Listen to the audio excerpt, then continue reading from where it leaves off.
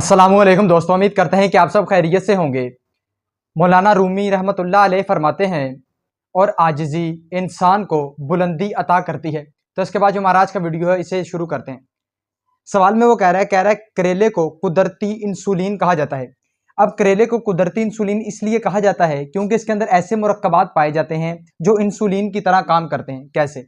आपने याद रखना है, करेले के अंदर 3 मुरक्कबात ऐसे पाए जाते हैं जिनकी साख्त यानी कि स्ट्रक्चर और काम करने का तरीका हूबहू ऐसा ही है जैसा कि इंसानी इंसुलिन काम करती है। सबसे पहला पॉलीपेप्टाइड पी।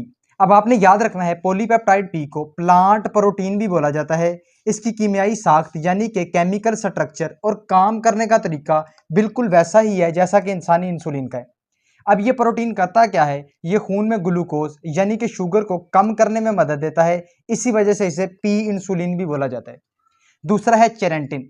चेरेंटिन आपके पास एक कीमियाई मुरक्कब है जो कि लबलबे के बीटा सेल्स को ताकत देता है। अब बीटा सेल्स को ताकत मिलने से होगा क्या? ये इंसुलिन ज्यादा मिकदार में खारिज करेंगे और दूसरा जिगर की कैपेसिटी को बढ़ाएंगे ताकि वो ज्यादा से ज्यादा इजाफी शुगर को क्या कर सके? स्टोर कर सके। तीसरा आपके पास है वेसाइन।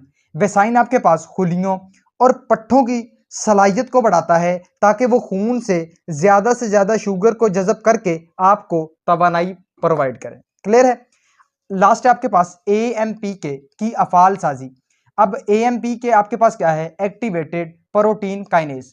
अब करेला क्या करता है? जिसमें मौजूद AMPK को एक्टिवेट करता है। अब इसके एक्टिवेट होने से खुलियों की सतह पे मौजूद जो ग्लूकोज के ट्रांसपोर्टर्स होते हैं वो हरकत में आ जाते हैं। ग्लूकोज ट्रांसपोर्टर्स के हरकत में आने की वजह से खुलिये इंसुलिन पर इन्हिसार करना छोड़ देते हैं और वो डायरेक्ट खून से शुगर को जज़ब करने लगते हैं, बिल्कुल वैसे ही जैसा आपके पास वर्जिश के दौरान होता है।